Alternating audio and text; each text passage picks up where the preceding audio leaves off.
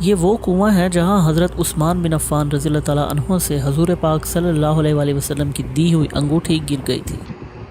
بہت تلاش کرنے کے باوجود بھی وہ انگوٹھی پھر کسی کو نہ ملی،